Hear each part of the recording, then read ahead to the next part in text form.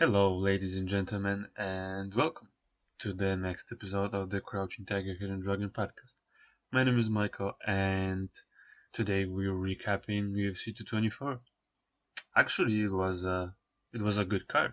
It wasn't bad at all. There was a lot of finishes, a lot of good fights. So yeah, very enjoyable, despite what people could have thought beforehand. So let's just jump right into it. Amanda Nunes and Raquel Pennington. So before the fight, I thought that the volume will be the important thing here, as Amanda has an explosive and a very dangerous fighting style, and she doesn't throw a crazy amount of volume out there.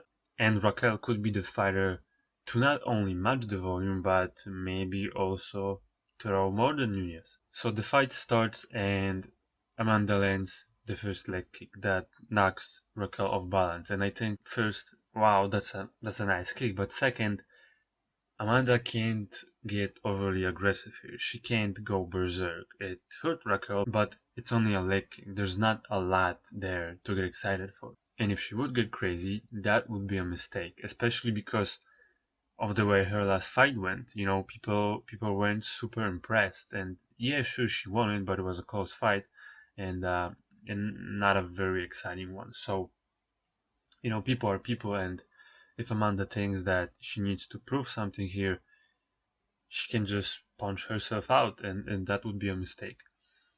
But fortunately for her, she stays calm, still aggressive, but also calm. And she was gunning for the leg kick again and again. That low leg kick. And at this point, I'm pretty sure that Raquel's leg is not okay. She's not moving a lot. She's just standing in front of Amanda and making her an easy target. And that's good for Nunes. She can stay aggressive and doesn't have to chase her opponent around the cage. And now that her leg is hurt, the strategy is for Raquel, well, from what I saw by the exchanges, it seemed like she wanted to counter Nunes and then clinch. The latter is not a bad idea. It can slow down the aggressiveness and make Nunes work. And the first part about the counter, not so much a good idea. Nunes is the one that wants to draw out the counter and then counter that, so she's very good in doing so. So with that hurt leg, the fight wasn't looking good for Pennington. If she can't move and escape back to the middle of the cage, that's not good at all. Pennington just wasn't very mobile. She was getting pressured a lot throughout the first round, and Nunes was landing the majority of the strikes and holding the initiative completely. Second round goes pretty much the same. Nunes with the pressure, and Pennington was getting stuck on the cage again, giving Nunes the opportunity to land some easy strikes. And I say easy because she didn't have to work for them that hard. Your opponent is just standing in front of you, and Raquel's counters, although she landed some, didn't have the authority on them to scare Nunes away. The front kicks from Nunes also worked well, because of Raquel getting stuck on the cage and having her body square, it opens up to straight strikes down the middle to the body. From the clinch exchanges, it looked like Amanda didn't want it to be in the clinch, and I think Raquel saw that, and when they would kind of end up in the clinch, not exactly body to body, but kind of hand fighting, she was able to land some good right hands. But the problem with that is that that's just a tactic. The strategy, the way of winning the fight, that was not figured out yet. That's not, those little short strikes from the clinch, that's not going to win her the fight. And I think Raquel got a takedown in the second round from the clinch. She was able to take Nunes back, and I think it was like a minute to go. So even though she secured a takedown in a good position, I don't think she would have won that round or get her initiative back, because that's what she really needed. And basically the main dynamic of the fight was where the fight was taking place. And for the majority of it, it was Pennington with her back against the cage. And I'm not sure if because of her leg or not, but that's where she was getting stuck. And Nunes was the one dictating the fight. with a better positioning, and that allowed her to pick and choose her strikes. The difference from her last fight was the initiative. Shevchenko wanted the counter, so it was difficult for Nunes to open up. But here, Pennington, not a very, I mean, she knows how to counter, but she's not. That's not what she wants to do, and she's not very. And her strikes from that dynamic aren't that powerful. Plus, the confidence was on Nunes' side since the first strike. Since she landed that leg kick that hurt Pennington, it was the first strikes, and basically from that point on, she had the confidence on her side. So she was doing more and less what she would like to. And you know that Nunes is comfortable when she throws a spinning back kick to the body. I mean, so the initiative was in her hands for the whole time. Well, minus when she got taken down once. Plus, because of the cage positioning, Nunes saw most of Raquel's counters coming. So, it's not like that was any danger there, comparison to her Shevchenko fight. Then Nunes got a takedown. She didn't do a whole lot with it, but the takedown works good for her for two reasons. First is obvious, she's in the dominant position, and second, it slows down the pace and conserves her energy. Raquel was more effective when she went after Nunes, when she moved forward. And she had those moments, but for the majority of the fight, she was just getting backed up to the fence, and that's just not a good position to be in. The trip takedown from Nunes in the fourth round was a sneaky takedown. It was from a double collar tie. When Raquel was expecting a knee, Nunes hit an outside trip and secured a takedown. Very nice. Between the fourth and fifth round, Pennington said to her corner that she was done. And yeah, I mean, that's a tough spot to be in. She literally had nothing going for her. I saw New York Post article, I think, New York Times, I'm not sure, some New York paper, and they wrote an article about the fact that Pennington said to her coaches that she was done, she didn't want to fight, and her coaches made her or forced her into a bloody beatdown or something like that. I think that's what the title said.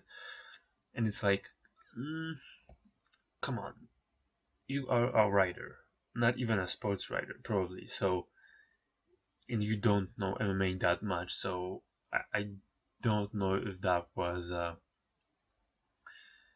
good idea for the paper to write that kind of thing, and spark that controversy, because to be honest, yeah, it was a tough spot to be in. She literally had nothing going for her despite one takedown, and there was nothing that would indicate that she could have won the fight, and she felt it. It's her coach's responsibility to keep the fighter safe, but also, what is the alternative? You are a fighter. You're not the type of person that's going to give up. So this is what you do. You fight until until it's over. So I could not see them stopping the fight, or I mean, could you imagine if she would just give up after the fourth round? People would be upset even more um, than what actually happened, because they paid for it and you're gonna give up. That's not, that's not how it is. So I don't know. It's a tough position to be in. So in the fifth round, Amanda pressures some more. She gets the takedown, gets the back, and just strikes Pennington into a TKO victory. So good performance from the champ. Congrats on the win. For me, it seemed like Pennington, I don't know, man. She just didn't show in any way that she could have won that fight. So maybe it should have been stopped after the fourth round. I don't know. And she also was coming off of a layoff after some injuries, and I think it was her first fight in something like 2 years. So she also might have got caught up in the moment. It was her first title fight. It was in Brazil, and the first strike that she got hit with that leg kick, maybe it stole her confidence. She really didn't showcase a whole lot. But Anyway, I don't want to talk badly about a tough fighter, so I'll just praise Nunes a little bit here. Nunes' distance looked good. The kicks looked good, both the leg kicks and the body kick, the front kick to the body. Her conditioning looked good, although her opponent wasn't very proactive. Um, Still, she pretty much did what she wanted. She won every round and then she got the finish, so congrats to her. The question is who she could fight next. There's not a lot of people that she could fight in the bantamweight division. Holly Holm is still ranked number 1, but she fights her next fight at featherweight, and there's a Brazilian fighter called Caitlin Vieira. She's ranked 4, but I don't know if she's ready yet. Is there something more exciting? Maybe the Cyborg fight? Maybe that's going to go through? Who knows? It could be a good decision to make. And the UFC could make it at 140 pounds, so that in that way there's no belts on the line and the UFC can promote it as champion versus champion. That actually sounds good. Once again, congrats to the champion, good job. And let's move on to our next fight, the co-main event between Jacare Souza and Kelvin Gastelum. In the pre-fight breakdown, I talked about both Jacare and Gastelum being pressure fighters, and the dynamic I thought that would be at play during the fight was this.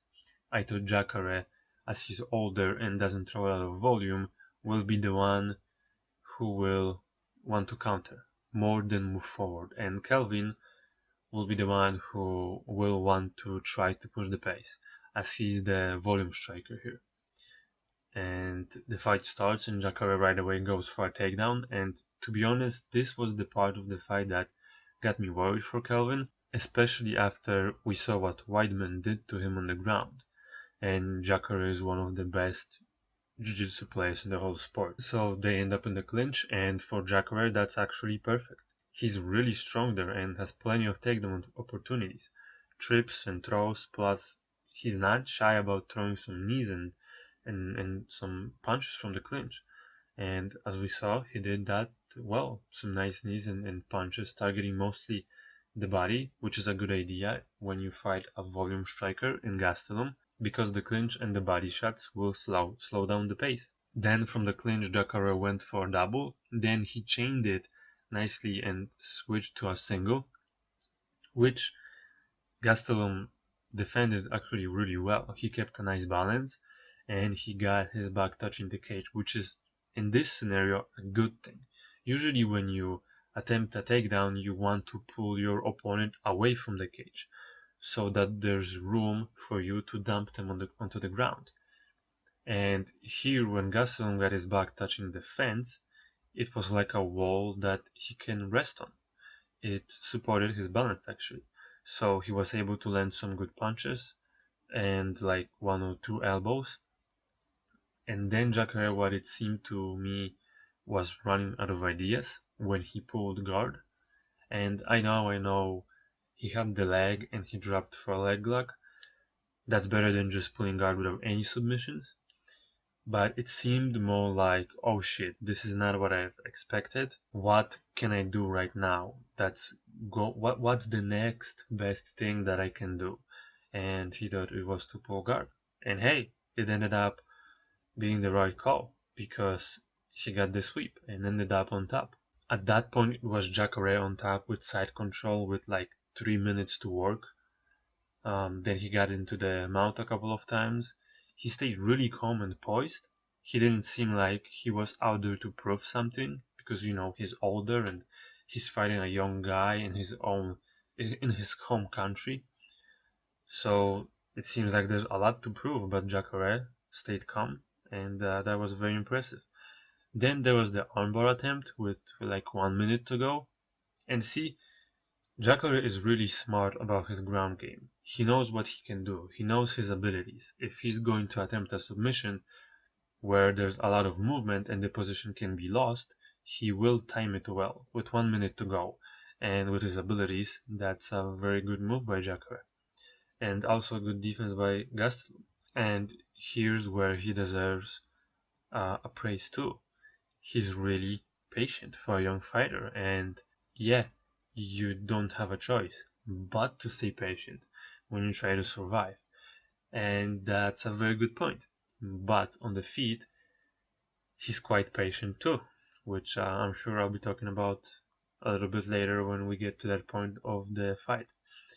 I'm not sure what people were saying about Rafael Cordero's corner advice to Kelvin Gastelum after the first round. I think I saw somebody on Twitter say that, yeah, sure, Cordero is a good coach, but when you lose a first round like that to Jacare, you need technical advice. And sure, there's some truth to that, but you gotta remember that fighting is not only numbers and inches. It's also the mind state, and to get discouraged against an opponent like Jacare would be a mistake. You need to be at the top of the game mentally, because if you're not, then it doesn't matter how fast you are and how good your striking is. Also, the preparation is done, the game planning is done in the gym.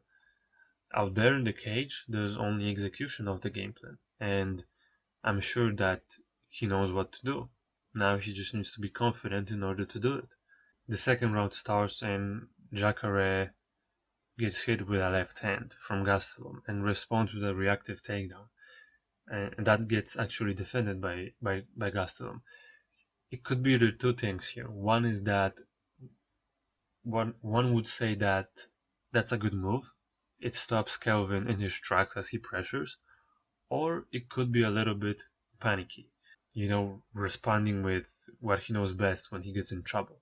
Then Jacare gets a little bit more aggressive, attempts another takedown, and scores some body work with the kicks. Another thing that can slow down the volume of Gastelum and the pace of the fight.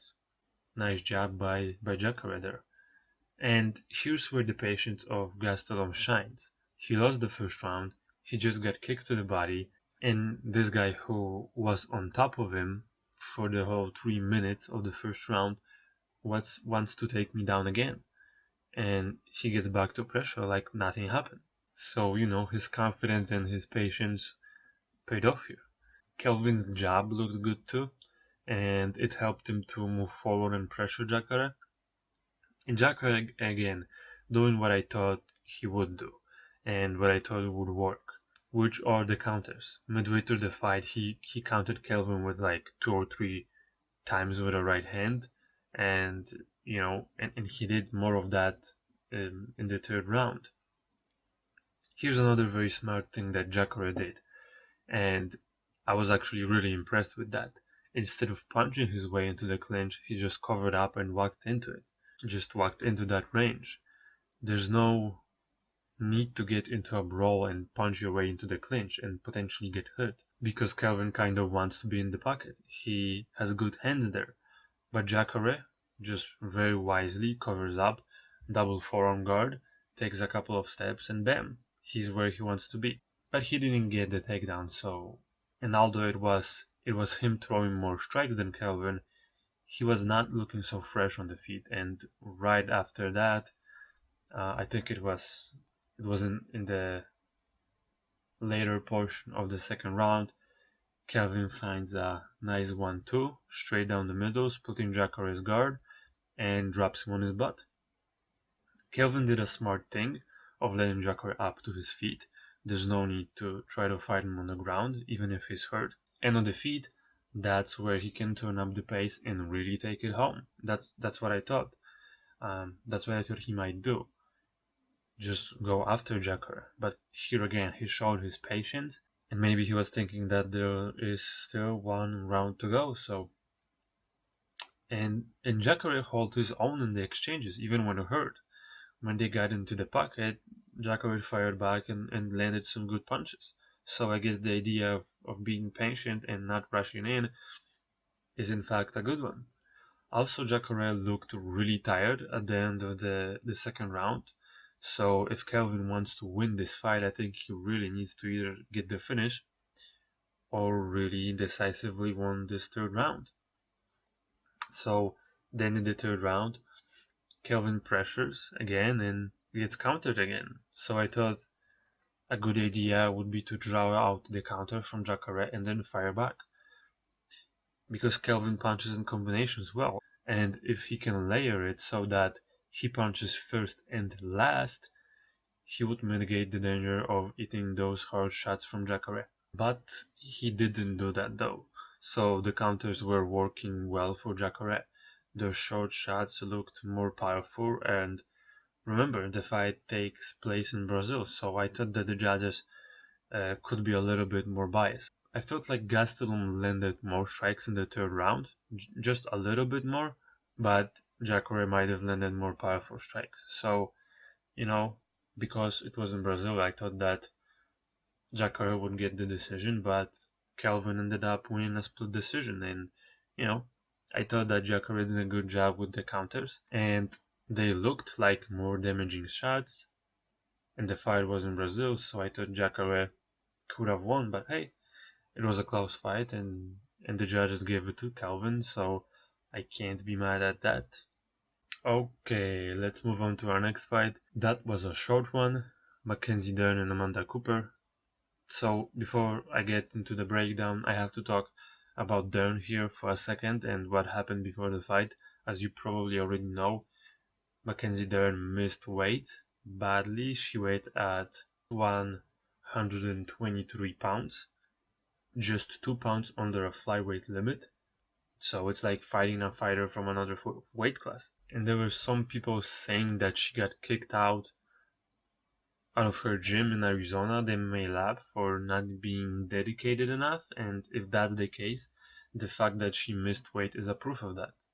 And it would be a message for the UFC to be careful about putting her on a pedestal.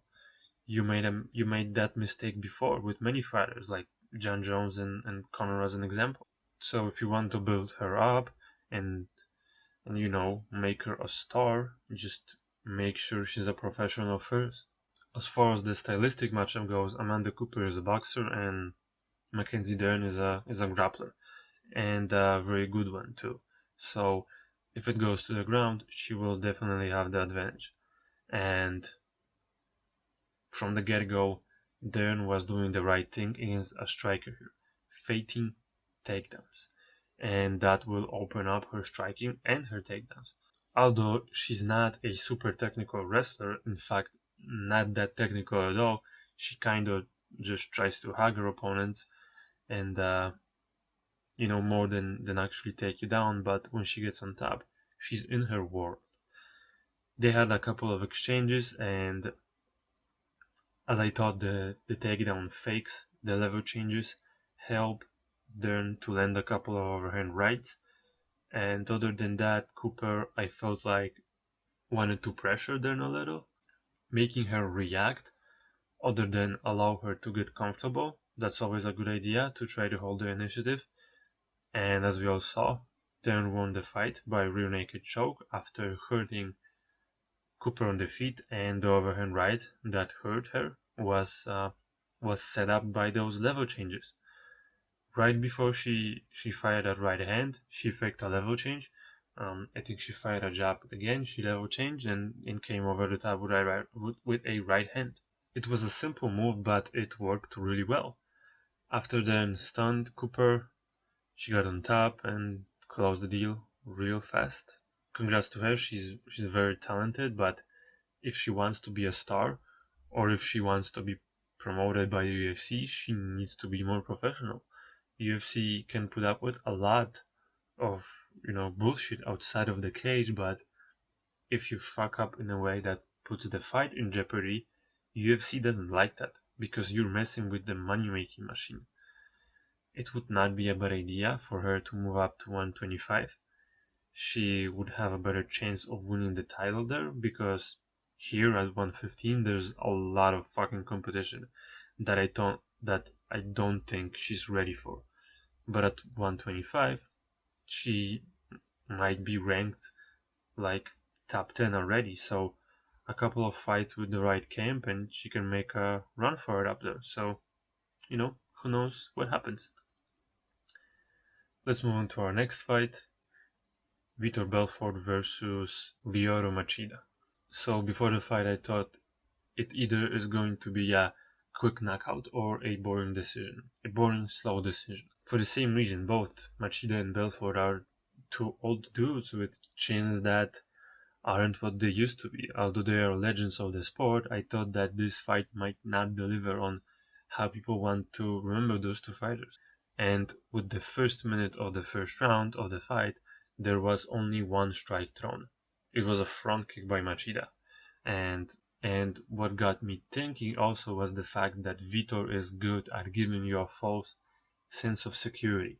He's good at making you think nothing's gonna happen, and then he explodes with both his left hand and left kick. So after a while of nothing happening, Vitor opens up with a flurry and Machida just moves out of the way. Also before the fight I thought that if Vitor is going to want to land enough strikes to win a decision, which doesn't happen often, he would have to be closer to Machida by either pressuring, which isn't exactly his thing, or it would be to make Machida open up and lead, which both of those things would be difficult to do since Machida is a classic outside fighter, at least with his movement. So as I was watching the first 3 minutes of the fight, I thought this might be exactly what we're gonna get. A flurry every 1.5, every 2 minutes or so from Vitor and good outside movement from Machida, and in between that some kicks from Machida, and that, how the fight might go to the decision. Obviously that's not what happened, but as I was watching the fight, that's what I thought.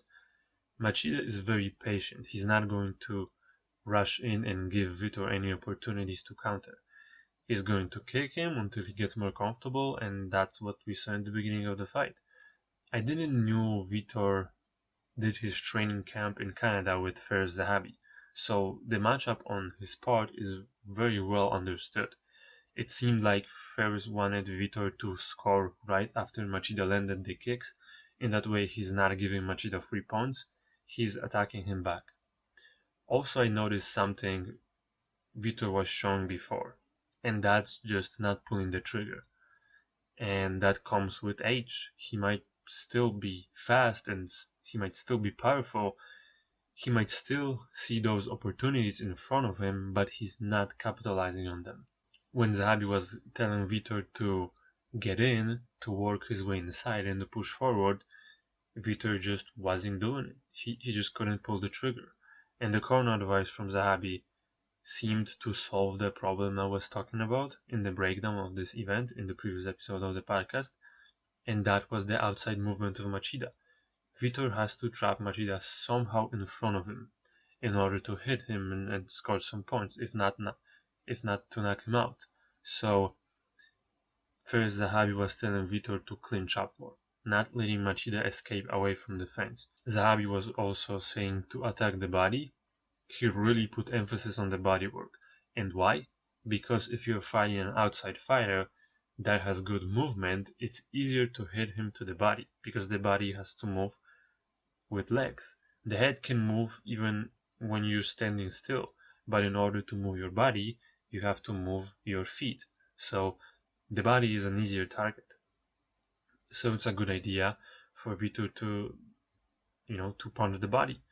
He was also calling for a shift to cut Machida off.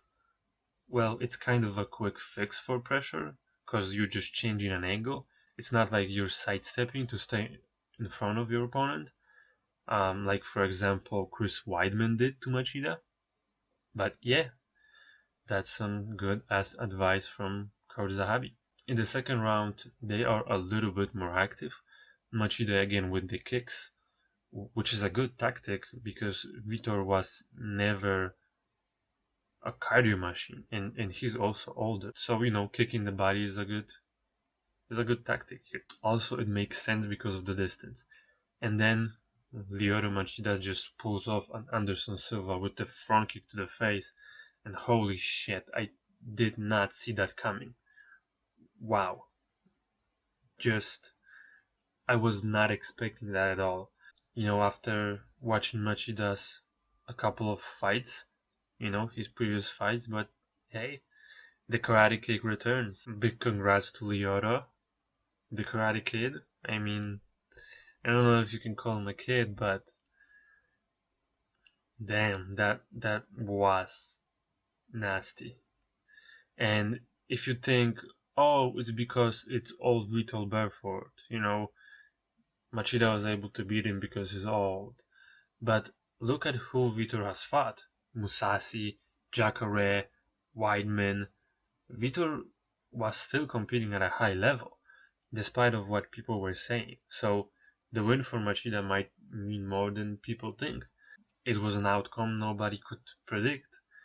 And after looking on the tape, you could kind of see the front kick to the face, or more likely the head kick, would work because of so many kicks Machida has thrown to the body. So Vitor wasn't ready for that. And in the replay, you can see that Vitor thought that the kick was going to the body. He reached out for it with his right hand, and man, this time it was straight to the face. It was a knockout of the year contender for sure. So, and Vitor Belfort retired in the cage. He left his gloves, so I congratulate him on his amazing career, over 20 years of fighting. That is something, man. That is something you gotta respect. He had a good run. Vitor from 2013, TRT Vitor is going to be one of my favorite fighters forever. So, there's no reason to be sad.